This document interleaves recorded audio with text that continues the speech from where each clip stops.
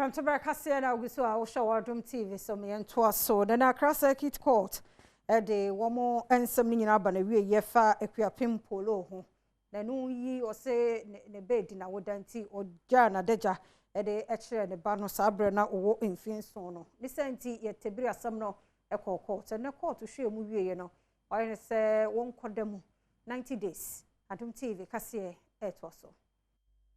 Emrebi a etwam eye abayewa ne din ene Rosemond Brown a dodona enim ne din se Akuapem Poloo e de emfonyi bi ebeto abonten a na ye ne babema na ye na woda na emfonyi mu na Akuapem Poloo eyi ne hu nyina da ena okoto abofra nanim a woni ne twamfonyi na emfonyi beto abonten no enipa bebre ene kaseti aye a eye eko ofre won ho child right e de asem no eko aseni bia se wonka asem no esanse ekame aye se eye Akuapem Poloo yi watietia ne babema no fa ahodi so na ene ena asem yi wode ne ka ebe wie ya aseni bia no ahye se eye abayo ne din ene Akuapem Poloo wonfa ne nkoto afiase eye abosome miensa se de ebe ya obetimi akosua bibi ewo ho no ebra asemi aseni bia ekotena so na watwemu wo hye se enka wonko hwehwe Akuapem Poloo eho enhwe se nyinse wo ho nom de ananka asem no waka no foforo nanso wo wie ye na ebeda abonten se Akuapem Poloo enyem ne senti enei wo kyeremu a na owo ahoden se wokweda afiase enti na wahye se wonfa ne nkotum eye abosome miensa no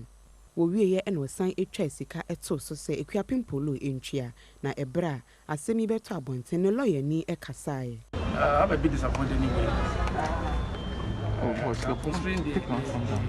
mitigating factors that will be canvassed for her being a first-time offender, young offender. We have a lot of responsibility, single mother, taking care of the son and the mother and the nephews. I mean, courts ought to have considered those things. But well, the judge within her sentencing power, a fine in the maximum of 2 years and 90 days. She's within her powers, so we have not really much to say against what she did. Your client was sobbing all day long. Would you think that you made a good choice for her to be guilty to this particular charge? Yeah, when we were at the case management conference stage, we evaluated all the evidence against the pictorial evidence and the witness statement. And we realized that we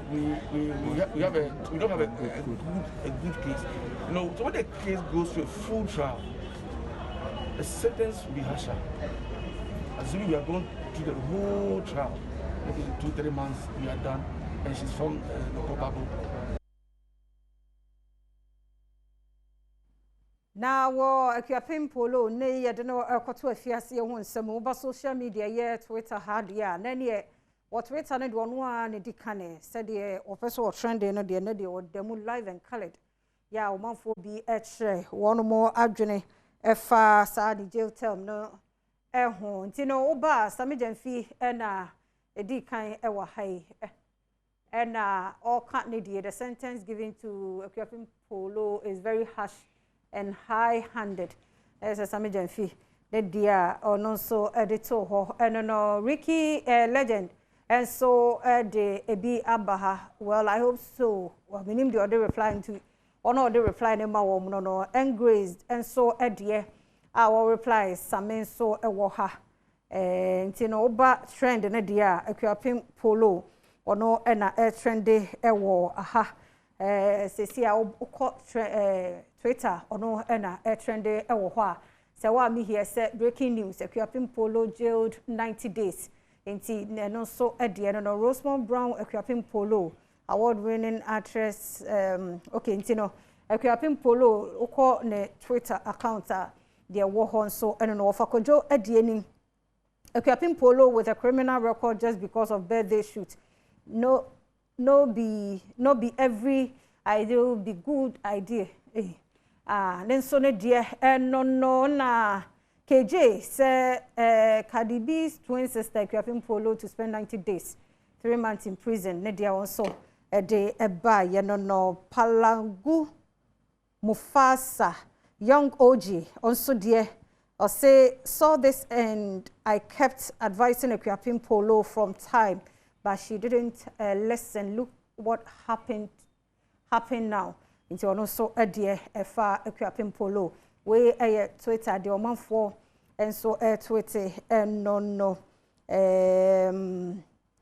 KJ Asabaha, because it's Akuapem Poloo, the law is working, but if it be big man, them go,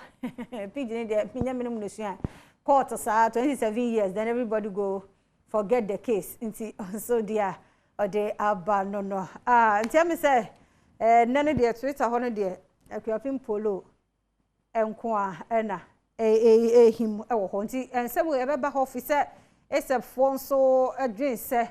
Nkebia yamane punishment be or pra or a sepa can all bet me up once your honsi and yam penny for you don't be doing common so I don't trot rubbish honum into when yaman and so